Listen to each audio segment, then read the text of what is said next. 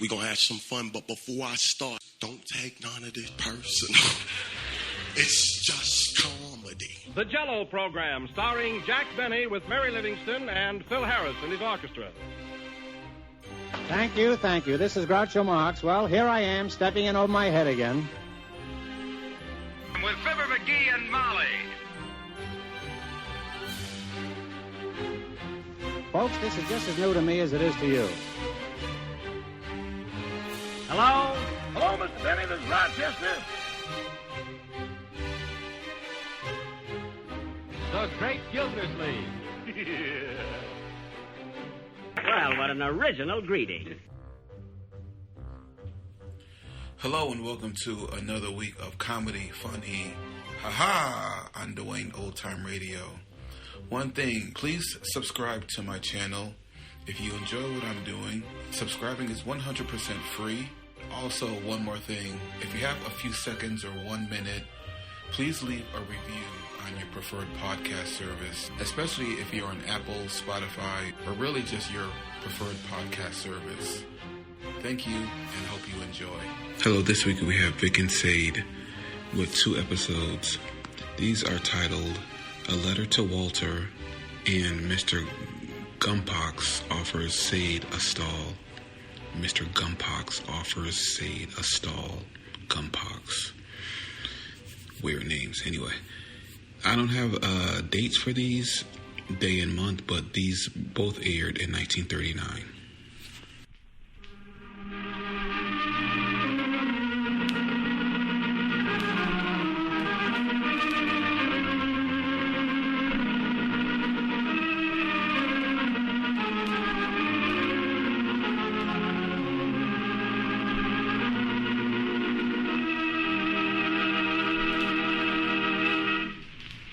And now, get ready to smile again with radio's home folks, Vic and Sade.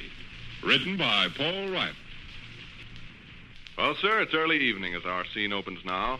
And here in the living room of the small house halfway up in the next block, we find our friends abiding quietly at home. Mr. Victor Gook and Mr. Rush Gook are established on opposite sides of the library table, competing briskly at rummy, while Sade, in her husband's easy chair, concerns herself with a daily love story in the newspaper. At this particular moment, one of the card players is remarking, Here, my man. There's a rule about looking at the discard. You do it. When? Lots of times. Cite it in. Huh? You've made a serious accusation. Unless you substantiate that accusation... Oh, come on, play. It's your turn. Oh, is it? See? Your poor fuddled brain can't Vic. even grasp it. Hello there, Sade. How are you? By George, you're looking fine. Know what I wish you'd do? Go over there and give you a hug. I wish you'd write to Walter. Oh, How long's it been since you dropped him a line? I don't know. Been years and years, ain't it? Guess so. Ain't you kind of ashamed? Uh-uh. Ought to be. How long has it been since Walter dropped me a line? Well, that's different. Why? Walter's not a letter-writing fella. I am, huh? Sure. Sit down there in your office and rip off letters to people all day long. What the heck would I say? Oh, just some chatty little talky-talk, Look here. maybe, Hey, about... excuse me, Mom. You in? 3 6s, 3 4s, and the 10 Jack, Queen, and King of Spades. You must have resorted to low cunning to accumulate that many spreads so quick. Sure. Your deal this trip. Why don't you do it right now, Vic? Write a letter to Walter? Oh. Sure. You're just sitting there idle. I'm playing rummy. You just finished your game. Go ahead. Rush, hand your father your pencil tablet. Okay. I'll dash him off a note tomorrow. Like fun. You'd never even think of it. Well, I got nothing to say to Walter. He's your brother-in-law. I ought to exchange sweet confidence with him on that account, huh? Well, what I'd like to have you do is scribble your note off on that cheap tablet paper, and then in the morning take it down to the office and have the girl typewrite it nice. What's the idea? It'd please Bess. I thought it was Walter I'm supposed to write to. Well, Walter and Bess. See, they're good and proud of their monstrous big important brother-in-law with his marvelous position. I bet they'd show your letter to everybody in Carberry if it was written on a machine by a regular stenographer with Her initials at the bottom and all. Will you do it? I suppose. It hit me this afternoon you ought to drop a line to Walter. Bess and I hear from each other almost every week, and it don't look right for you two men to let whole years go past without you. What's the matter? Nothing. Why are you laughing? Get away from here, Rush. How can a man write a letter to his brother-in-law with a hyena like you breathing down his neck? What's he writing there? Read me what he's got wrote down there. Go away from here, Dishwater. Rush, you hear what I said? Dear Walter, how's your kneecap? Does it hurt much? My kneecap jumped out of place last Tuesday at 4 o'clock while I was swimming in the creek. Sadie has been put in jail. Rush was married early this morning. What time is it? You make me sick. If I had ears like... You made every word of that up, Sadie. I did not. You did, too. That don't strike me so comical, Vic. Well, I don't know what to say to the guy, kiddo. Poor Walter's a guy now, huh? We got nothing in common. Just married sisters is all. Got that much in common. It won't be news to Walter if I write and tell him we married sisters. Dear Walter, you and I married sisters. I married Sister Sadie, and you married Sister Bessie. It's great stuff, eh, Walter, being married to sisters? You don't seem to have much trouble thinking up silliness. Put half of that energy into fixing up a decent letter, and you'd get through in 5 minutes. Okay. I'll make a stab at it. Instead of standing there grinning like a chessy cat, Rush, you might write a little note. To Uncle Walter? Sure. You were included in the invitation. I just as soon drop him a line. Hmm? I'll say, Dear Uncle Walter, how's your kneecap? Day before yesterday, I saw a horse fall down. He got up almost immediately, feeling none the wiser. Our garbage man don't wear socks. He claims You're a funny man, too, aren't you? Well, Who was it give you a lovely silver dollar on your birthday? I wasn't allowed to spend it. Had to deposit it in the doggone... I can't get anywhere with this. Can't you? No. All day long you sit down in your office and dash off enormous big letters to fellas in the kitchenware company. Peculiar you can't write a few measly little words to your own brother-in-law.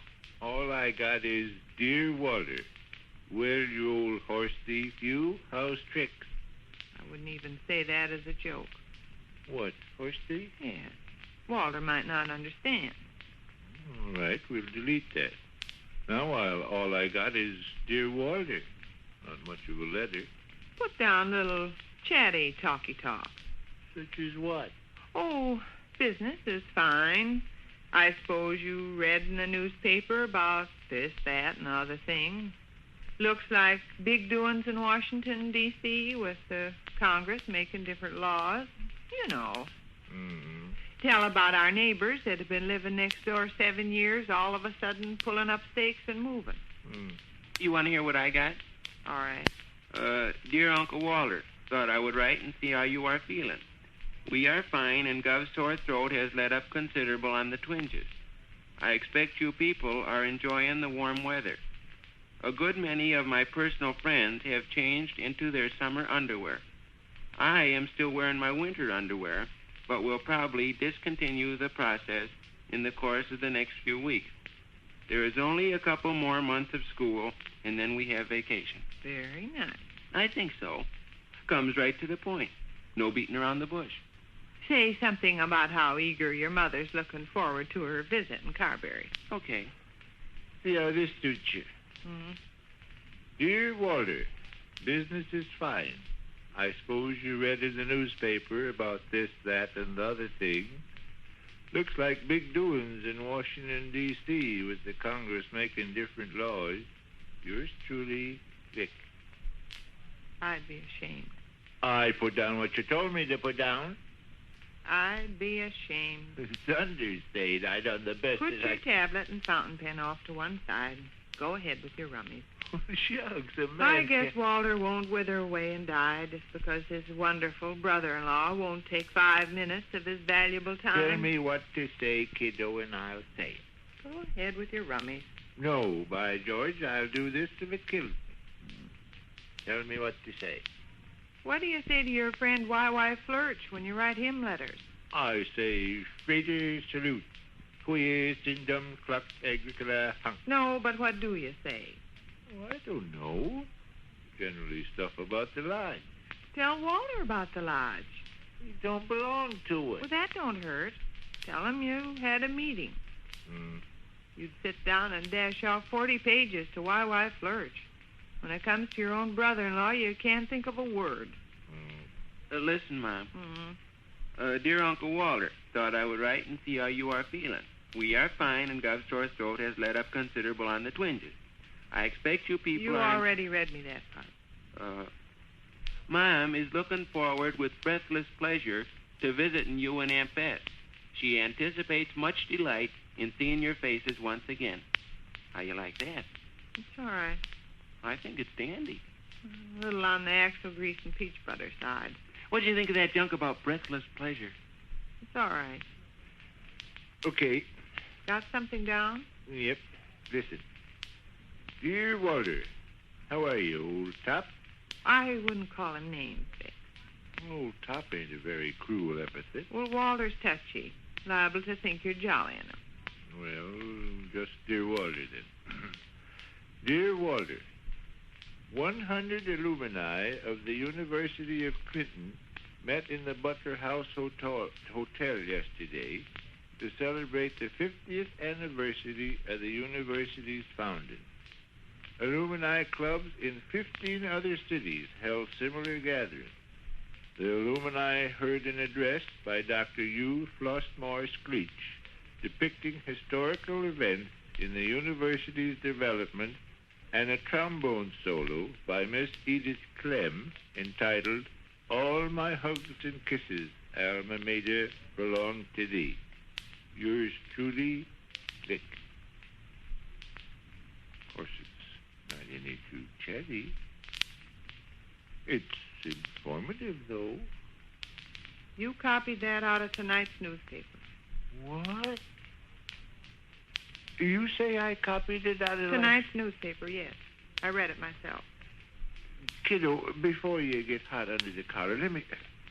Where are you going? Upstairs. Not to bed. I may go to bed. Who cares? Oh, it's only 10 minutes past 8. That's so? Wait now, Sade.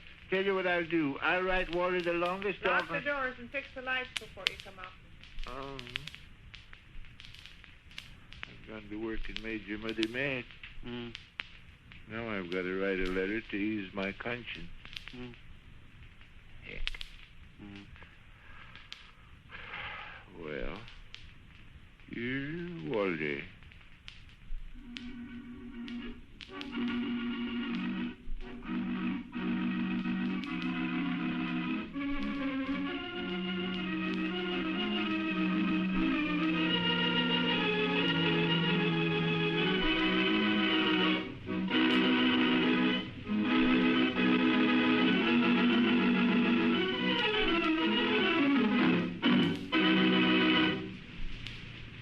Which concludes another brief interlude at the small house halfway up in the next block.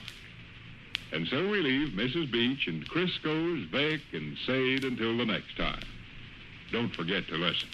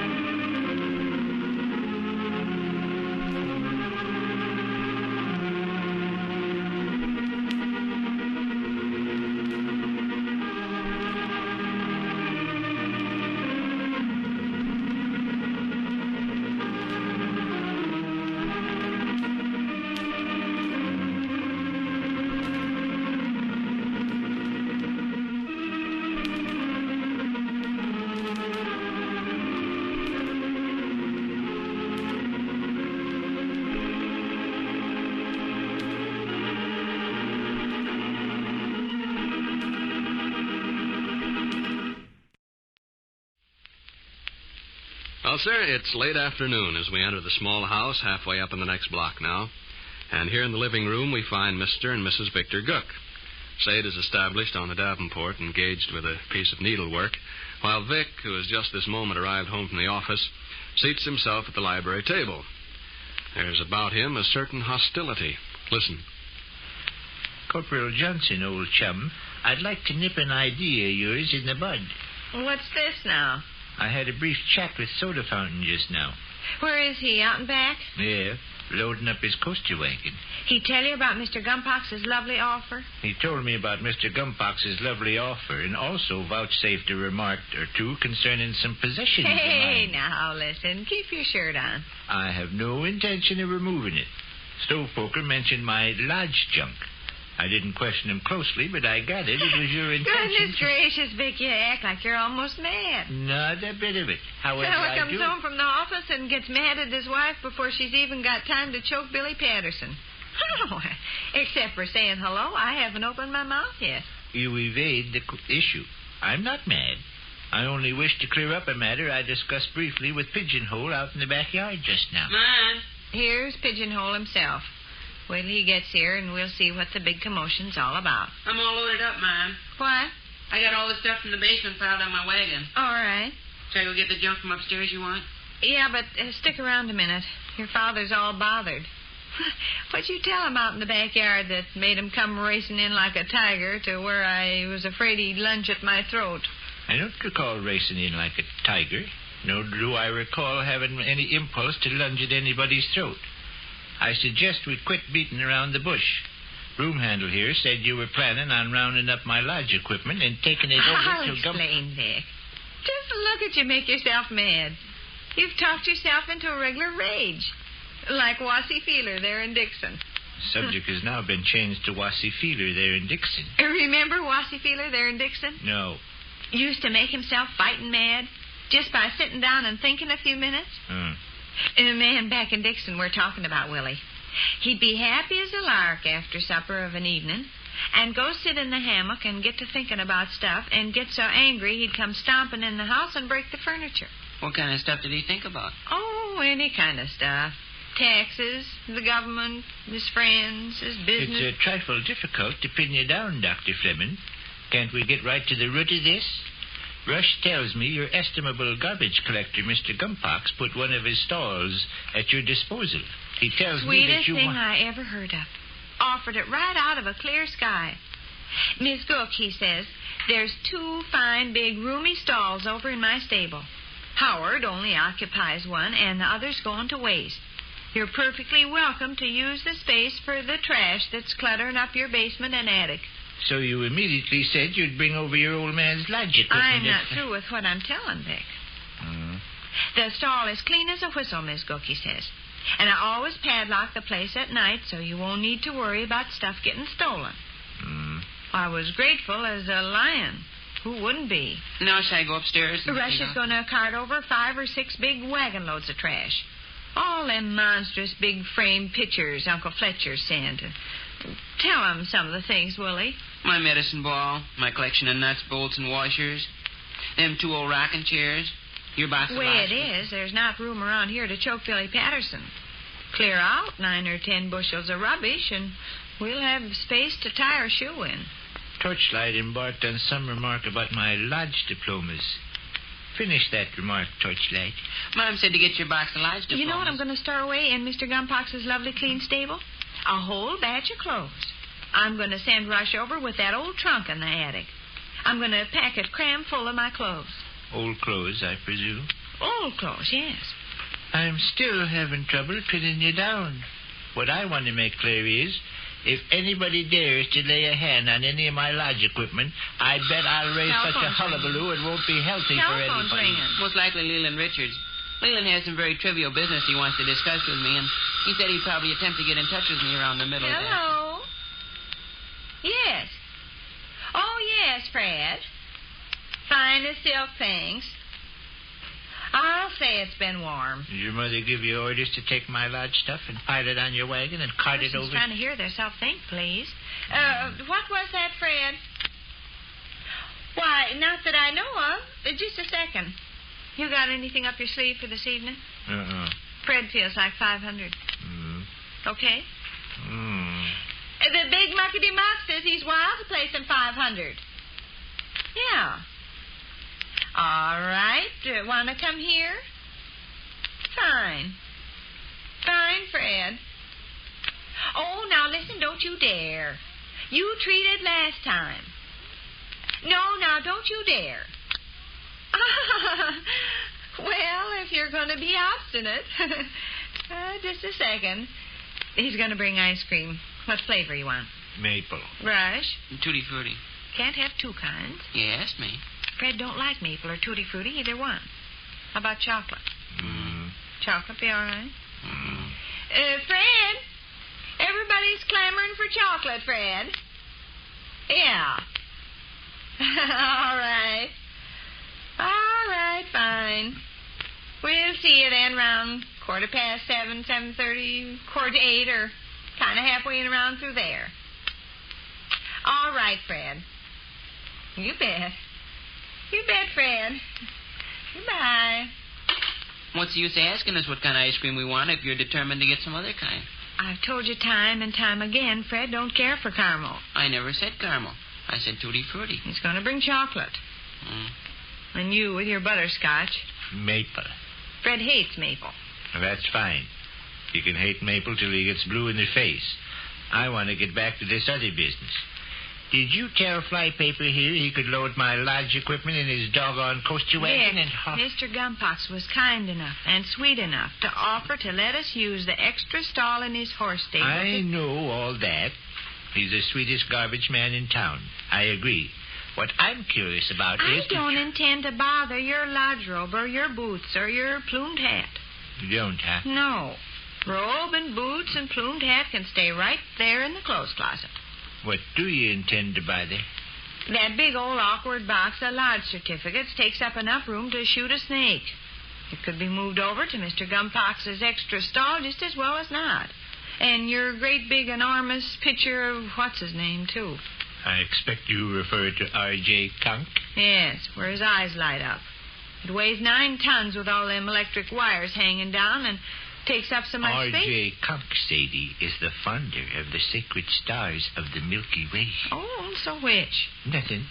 Nothing at all. Had you anything else in mind you wished to dump in there with the garbage man's horse in addition to my box of lodge certificates and my framed portrait of R.J. Kunk?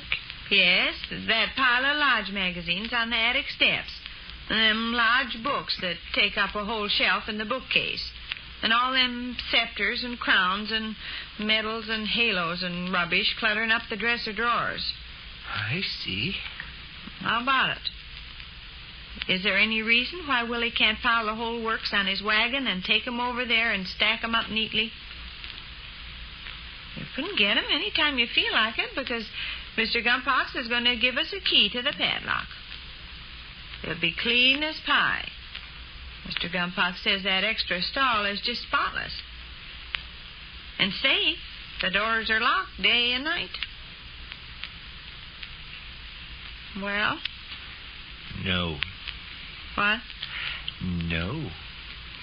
You won't take advantage of this lovely, lovely offer where we can dispose of 18 bushels of trash that takes my robe, my plumed hat, my sword, my boots, my lodge certificates, my framed portraits of R.J. Kunk, my scepters, crowns, medals, and halos will all remain exactly where they are. That's final, huh? That's finer. Well, all I've got to say is... The telephone is ringing. Probably Leland Richards. He mentioned some extremely trivial matter he wished to discuss with me sometime during Hello? Oh, yes, Fred. Oh, I see. All right, just a second. Fred just called the drugstore about ice cream, and they're all out of chocolate flavor. What other flavor you want? Maple. Told you Fred don't care for maple flavor. Tutti Frutti. He don't care for tutti frutti flavor. Caramel. Hates caramel. Butterscotch. Hates butterscotch. What don't he hate? Strawberry. Want strawberry? Fred, Vic and Rush are hollering their heads off for strawberry ice cream. Yeah, strawberry. which concludes another brief interlude at the small house halfway up in the next block.